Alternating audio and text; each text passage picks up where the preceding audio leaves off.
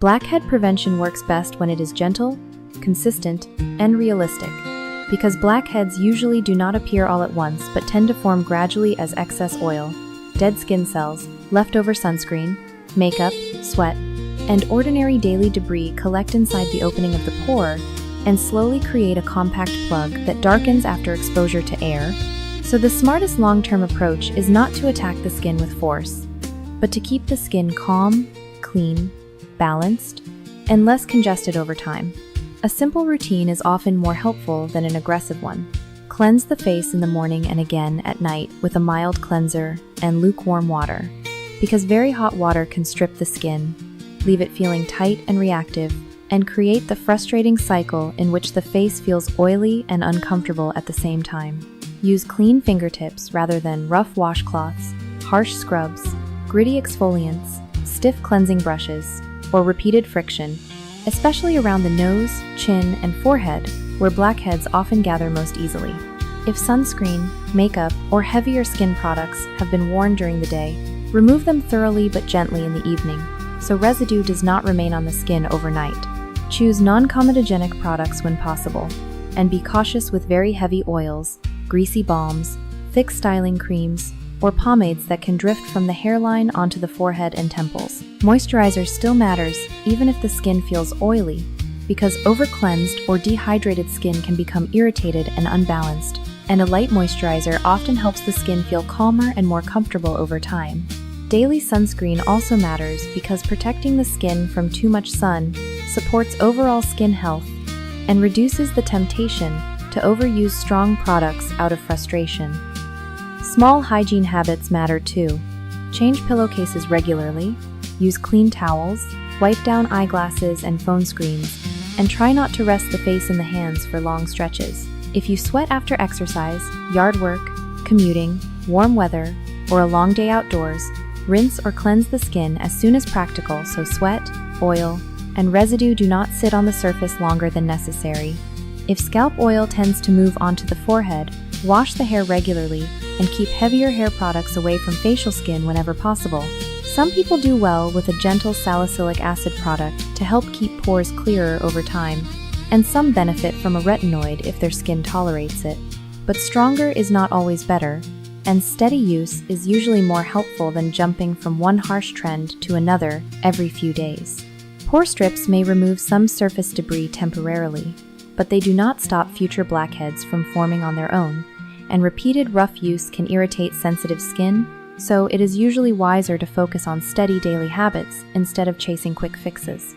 Avoid squeezing, scraping, pinching, or picking at blackheads, because that can cause redness, swelling, irritation, broken skin, and lingering marks while doing very little to prevent the next clogged pore from forming. It also helps not to inspect the face too aggressively in magnifying mirrors, because normal skin texture can begin to feel like a major problem when it is really just part of being human. Wash hats, pillowcases, and anything that rests against the forehead regularly. Keep makeup brushes and sponges cleaner than many people remember to do. Be thoughtful with thick or greasy products that stay on the face for many hours, especially in warm weather. Try not to switch products constantly out of frustration, because skin usually responds better to calm consistency than to panic. If a new product burns, stings strongly, or leaves the skin much redder, drier, or more uncomfortable, reduce it or stop it and return to a simpler routine. Regular sleep, a balanced routine, lower stress where possible, enough water, and patient habits support general well-being and may also help the complexion look steadier. Some people also find it useful to keep a routine simple for several weeks, rather than constantly changing cleansers, masks, toners, and spot products, because when too many things happen at once, it becomes harder to understand what is actually helping and what is simply creating extra irritation. It is also worth remembering that blackhead prevention is a slow habit rather than a dramatic event. Pores tend to respond better to patience than punishment. If clogged pores become painful, inflamed, widespread, or resistant to gentle home care, guidance from a licensed dermatologist is much wiser than escalating with rough self-treatment.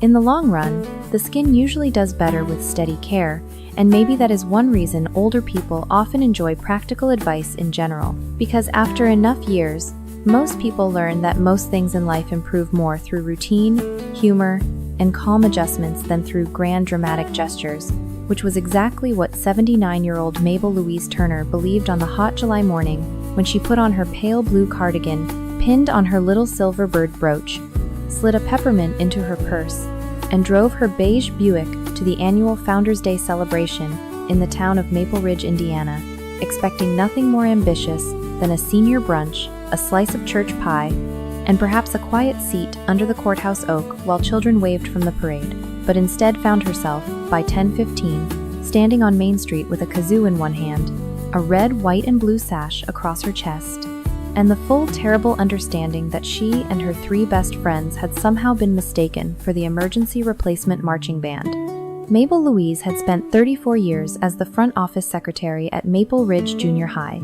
which meant she trusted printed schedules, labeled folders, backup pens, practical shoes, and women who arrived early more than she trusted fun surprises, event volunteers and visors, or anyone who said things like, "We're just going to make it work."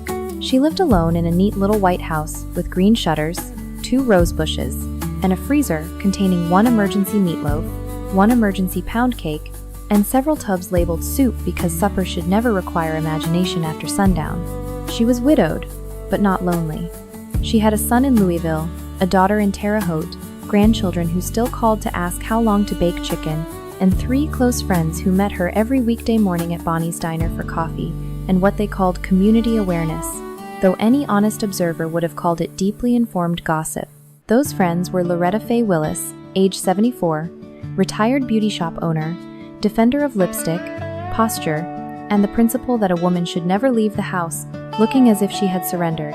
Jasper, Jas Miller, age 81, retired hardware store manager, suspicious of ladders, unstable folding chairs, decorative barrels, and all men who owned cordless microphones, and Ruth Ellen Graves, age 76, widowed, former church pianist, soft-spoken and dryly funny in a way that made people laugh once immediately, and then again a few seconds later when her words fully landed. The Founders Day flyer had seemed harmless enough at breakfast. Pancake breakfast at 7, senior brunch at 10, parade at 11, pie contest, craft booths, vintage tractors, and a barbershop quartet on the courthouse lawn. But Jaws had narrowed his eyes at the small print and said, "There's also a line here about the Golden Brass Jubilee procession." Loretta, already halfway through putting on lipstick in the diner mirror, asked, "What in heaven is that supposed to be?" Ruth Ellen turned the paper over and found the answer written in a font nobody should ever trust. Senior Brass Club featured in the parade. Patriotic attire encouraged. Mabel lowered her fork. "We are in the Senior Brunch Club," she said, "not the Senior Brass Club." "Yes," said Joss, "and the trouble is that whoever typed this has not respected the difference." They might have gone home right then if Maple Ridge had not raised them all to believe that civic confusion was most safely observed at close range, so they went. The town square was already crowded by the time Mabel parked near the library. Main Street was lined with folding chairs, coolers, strollers, church fans, lemonade stands, and one inflatable Uncle Sam who looked personally offended by humidity.